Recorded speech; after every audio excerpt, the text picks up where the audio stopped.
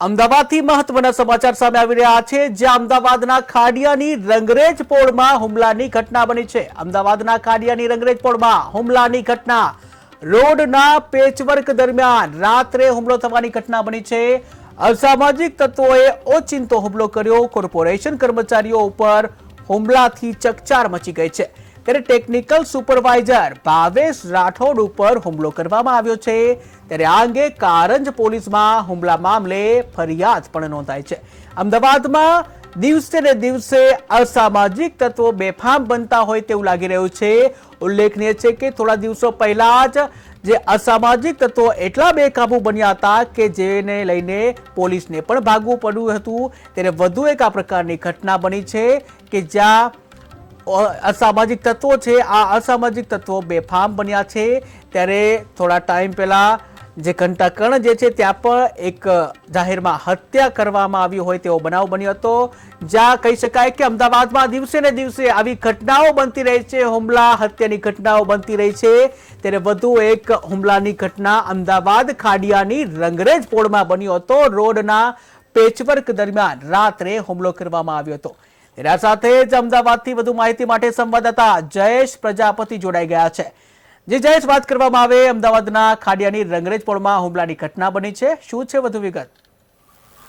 જે વાત કરવામાં આવે તો હમણાં વાત કરવા જઈએ તો છેલ્લા 10-15 દિવસથી જે ખાડિયા જમાલપુર જે વિધાનસભા છે તે ખૂબ જ ચર્ચામાં રહી છે। અને ખાસ કરીને વાત કરવામાં આવે કે બીજેપી અને કોંગ્રેસના ધારાસભ્યોએ આક્ષેપ પણ કર્યા હતા। ખાસ કરીને કાલની વાત કરવામાં આવે તો જે રોડનું પેચ વર્ક છે તે રોડનું પેચ વર્ક દરમિયાન જે કોર્પોરેશનના કર્મચારી છે તેમની ઉપર હુમલો કરવામાં આવ્યો હતો। મળતી માહિતી અનુસાર ટેકનિકલ સુપરવાઇઝર ભાવેશ રાઠોડ પર હુમલો કરવામાં આવ્યો છે। અને ખાસ કરીને વાત કરવામાં આવે કે જયારે પેચ વર્કનું કામ ચાલી રહ્યું હતું, કર્મચારી હતા તેમના ઉપર આ હુમલો કરવામાં આવ્યો હતો, જેમાં ગાડીના કાચ તૂટી ગયા હતા। અને ખાસ કરીને બહુ મોટી જાનહાનિ થઈ નથી, પરંતુ જે રીતે આ રીતે હિંચકાનો હુમલો કરવામાં આવ્યો તેને લઈને જે કારંજ પોલીસ સ્ટેશન છે તેમાં ફરિયાદ પણ નોંધવામાં આવી છે। અને ખાસ કરીને આગળની કાર્યવાહી દરમિયાન ખબર પડશે કે હુમલો કેમ કરવામાં આવ્યું હતું, હુમલો કોને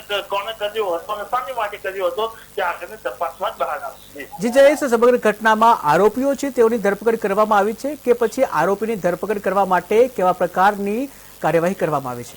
હજી વાત કરવામાં આવે ઘટના થયા પછી તરત જ કાલુપુર પોલીસ સ્ટેશનમાં આ વિશે જે ફરિયાદ છે તે ફરિયાદ કરવામાં આવી હતી। ફરિયાદ લઈને પોલીસ છે તે ફરિયાદ લઈને હુમલા કરનારા કોણ હતા અને પકડવાના કેટલો છે તે ગતિમાન કર્યા હતા। અને આ હુમલાખોરો પકડાયા બાદ જ ખબર પડશે કે આ હુમલો કેમ કરવામાં આવ્યો હતું, કોની ફરિયાદ હતી। તેથી ખાસ કરીને જે અધિકારીઓ છે તે રોડના રિપેરિંગ વર્કનું કામ કરતા હતા અને રોડના રિપેરિંગ વર્કના કામ કરતા કર્મચારી પર હુમલો કેમ કરવો પડ્યો।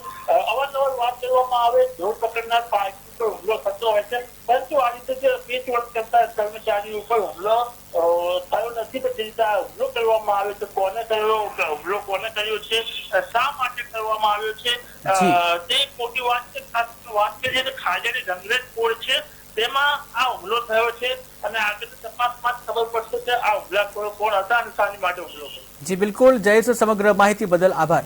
તો અમદાવાદના ખાડિયાની રંગરેજ પોળ છે જ્યાં હિચકારી હુમલો કરવામાં આવ્યો હતો। રોડના પેચવર્ક દરમિયાન રાત્રે આ હુમલો થયો હતો। ત્યારે અમદાવાદમાં દિવસે ને દિવસે અસામાજિક તત્વો બેફામ બનતા જાય છે। કોર્પોરેશનના કર્મચારીઓ ઉપર આ પ્રકારનો હુમલો કરવામાં આવ્યો છે, જેને લઈને ચકચાર મચી ગઈ છે। ટેકનિકલ સુપરવાઇઝર ભાવેશ રાઠોડ ઉપર હુમલો કરવામાં આવ્યો છે। હાલ તો કારંજ પોલીસમાં હુમલા મામલે ફરિયાદ નોંધાઈ છે અને આરોપીને પકડવા ચક્રો ગતિમાન કરવામાં આવ્યા છે।